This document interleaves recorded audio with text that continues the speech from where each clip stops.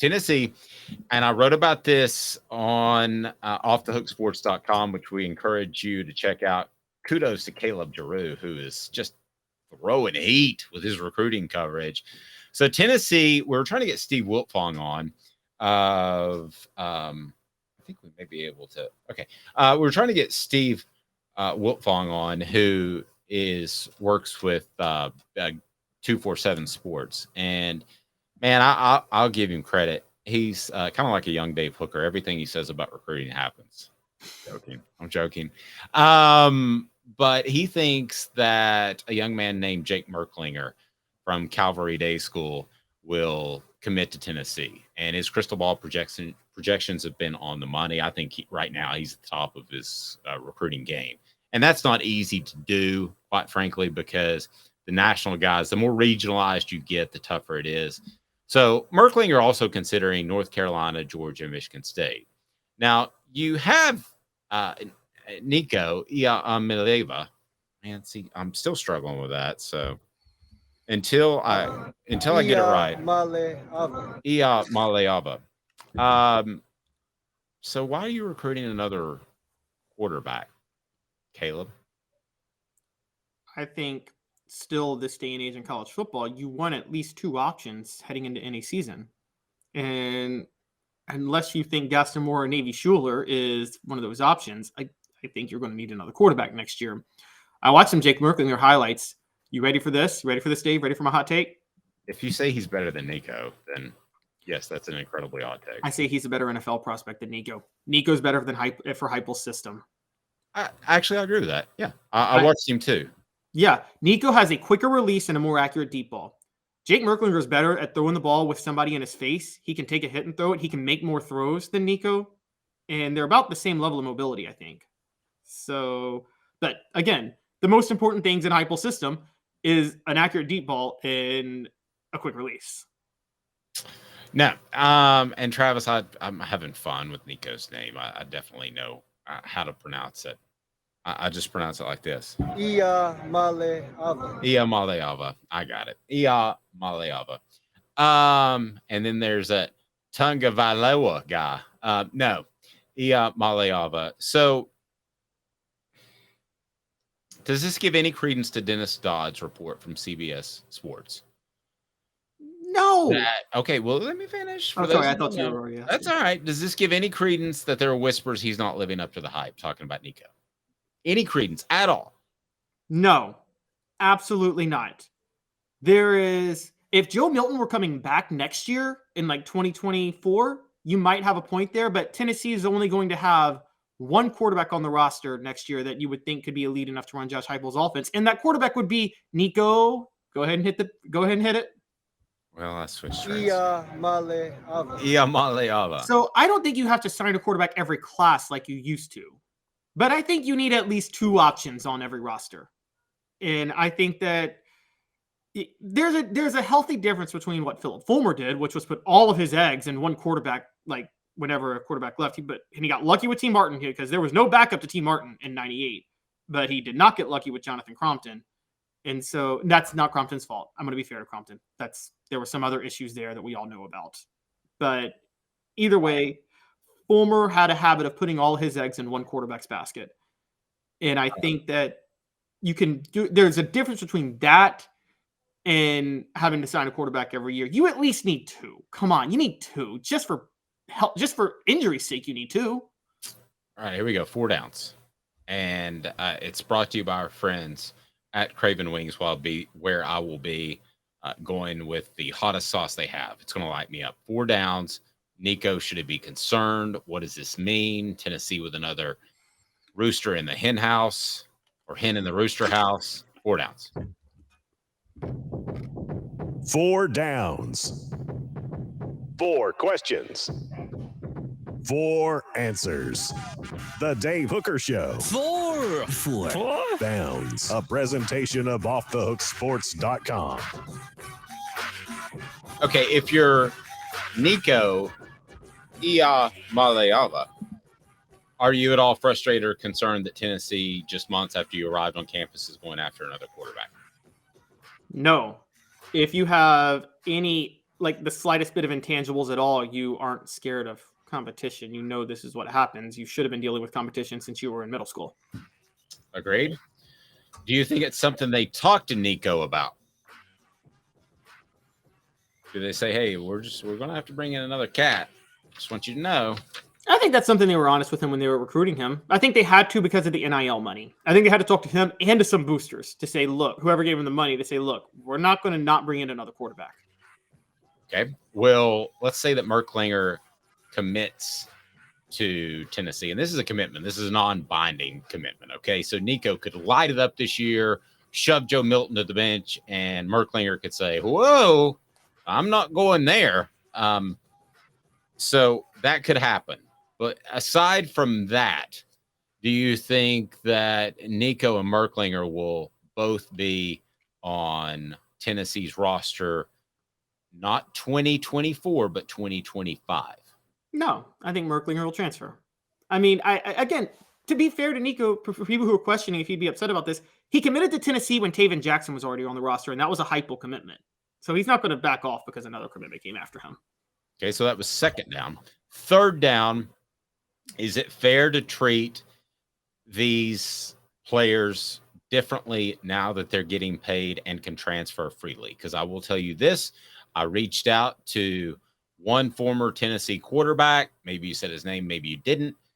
But just to talk about how do those things go down? What's that conversation like? You might not be a fit. We got this Nico guy coming in or whatever. And he didn't want to talk about it. But I believe that Tennessee, along with a bunch of other schools, are showing guys the door, which used to be a cardinal sin in football. Do you believe that's okay now that they're getting paid and they can transfer freely? I do believe that's okay, but I think the institution should step in and say this. I would actually take a really hot take. And you ready for this? I'm ready. I think the school should be required to honor scholarships. Now, if the player wants to transfer, that's their own risk at that point. But I think they should be required to honor the scholarships for 4 years. If they enter the transfer portal? No. I think once you enter, it's over. But I think if you commit and accept the scholarship offer, I think as provided you live up to like certain standards, I think scholarships are year by year, aren't they? On the kids side, they are. Yes. And now they are. I'm sorry. Now they are on the school side because you can transfer. Yes, I think right. So what I mean, if a kid accepts a scholarship as a freshman and decides to stay with the school has to honor the scholarship all 4 years they're there, right? No, the school, it's year to year. Okay, that's what I mean. I think the school should be required to honor the scholarship unless the kid enters the portal for 4 years. For 4 years, unless the kid enters the portal or unless the kid violates some code of conduct that the school is allowed to set. Yeah, it used to be these were called medical red shirts. They'd find a reason to put you, not a medical red shirt, a medical scholarship. They would put you on a medical scholarship. So basically, if you showed up and you couldn't play, they would put you on a medical that it didn't count against your 85. So they don't really do that anymore. They just say hit the door. Right. So what are the odds? Okay. What percentage of chance do you believe that Merklinger will start more games at Tennessee than Nico Iamaleava? Iamaleava. That depends on how many years Merklinger wants to sit because Nico's going to be there at least 2 years after this year. What makes it difficult. I agree, but here's the thing. You could redshirt if you're Merklinger, and then you could sit behind Iamaleava. You sit for 2 years. You still have 3 years of eligibility. So, but I don't think anybody sits now. I don't. They do. Joe Milton is willing to sit. I think that's a rarity. I think if Merklinger shows up on campus and sits behind Nico for 2 years. Dave, if your son committed and was sitting behind Nico for 2 years, would you encourage your son to keep transferring until he found a place to start immediately? Or would you encourage like, hey, you have a leg up if you just wait patiently and learn the offense in a couple of years? Well, that's a tough one. If I watched him out there and I thought he couldn't compete, but you're not going to be objective with your own son. So if you knew your son could compete, your son's a 4-star, 5-star quarterback. And yes, Would I you might take? be butchering Nico's name throughout the season, post on the message board because I think it's kind of funny. I view this as a job now. So if my son was miserable at a job, I'd view go get another job. What if he's happy and he's just developing and waiting for his chance to start, though? If he's happy, then stay by all means. If you're happy at a position and you're waiting for the managerial role to open up, stay. But if you're at all not happy, I've taken the sentiment out of it. If this answers your question, be loyal to that school. No, that school is a business nowadays, and it was before. I'm just very much, and I say it's funny you say managerial role. I think to take it to coaching, for instance, I think coordinators are too happy to take the first head coaching offer they get. And one, they may not be ready, and two, it could be a bad job. And I think that's where Kirby Smart was smart. He just stayed at Alabama, developed more and more, and then he got the best job in the world and he was ready. Meanwhile, Derek Dooley jumped the first chance he got, and he wasn't ready to be a head coach. No, and I think but here's the thing. I think that we've all probably taken jobs that weren't what they cracked up to be. So if you find that out and you're not under contract, and then I have no problem with you moving and bolting. I think Merklinger is not going. So to answer this question, I think Merklinger won't start more games than Nico. I think it's about a 30% chance he does, because I think if he were to commit, I think Nico is still starting in 2024 and 2025. Then I think Merklinger would obviously start in 2026, but you would have to bet on him starting in 2026 and then deciding to come back if he's good and starting in 2027. So I think that, but I don't think Merklinger is going to transfer if he doesn't win the job. I don't. I think this is a thing for him where I'll compete for the job. And if I don't win it, I can sit in Josh Heupel's offense for 2 years, learn the offense, redshirt 1 year, have 3 years of eligibility, and then shine. Yeah, but here's the thing. It's not like it used to be, Caleb. I mean, Josh Heupel's going to go out and try to get another 5-star guy in 2 years. And at that point, Merklinger should transfer then. I think, look, Taven Jackson didn't transfer until Nico arrived in December. And that's when Taven Jackson realized, I'm not going to beat this guy out. And so that's why he transferred. But I think he'll embrace competition at the start. I do. I think that's what you do. You embrace the competition for the guys that are level with you or behind you. Nico's not level. Nico's going to be ahead of you. So I still think the concept of embracing competition and waiting your turn to start is going to exist in some places in college football, particularly a school like Heupel, where would you rather go somewhere else to start earlier, or would you rather wait 2 years and then you have a chance to start in Heupel's system? And his system is designed for you to put up 400 yards and 5 touchdowns a game. Yep. Jaden Davis is another one that may sign with Michigan or Louisville. We've heard all kinds of places that he could go, but I think Merklinger is the guy that eventually ends up at Tennessee, and that'll be tomorrow. My thoughts on this: I would have kept Nico in the loop. If Nico has a problem with it, too bad. You have a year head start. Sorry. Get win the job, you shouldn't be the starter. I agree with what you said. Merklinger may be a better pro style guy, but Nico is the perfect fit for Josh Heupel's offense. I will go so far as to say this: I think based off Nico's ability, that Merklinger will stay 1 year at Tennessee and he'll be gone by January of 2025.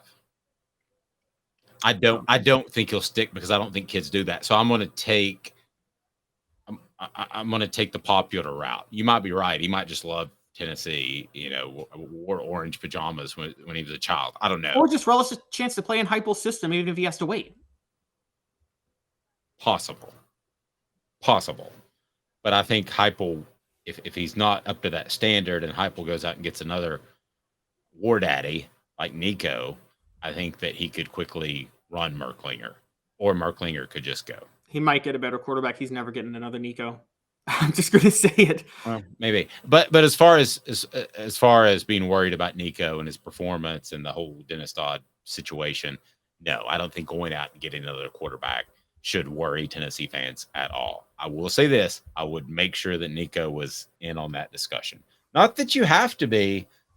I remember a coach saying to me, as soon as they sign that letter of intent and send it in, they go from prospect to suspect. because not from a legal sense, but you suspect whether or not they can play and they've got to prove it. So at that point, when you have them not as strong with the transfer portal, I agree, but when you have them signed up, you have some leverage over them that you didn't have before they signed. They have leverage over Nico now. And if he doesn't like another guy coming in a year behind him, then I don't think that says a lot for him. And I don't believe that is even remotely going to be the case.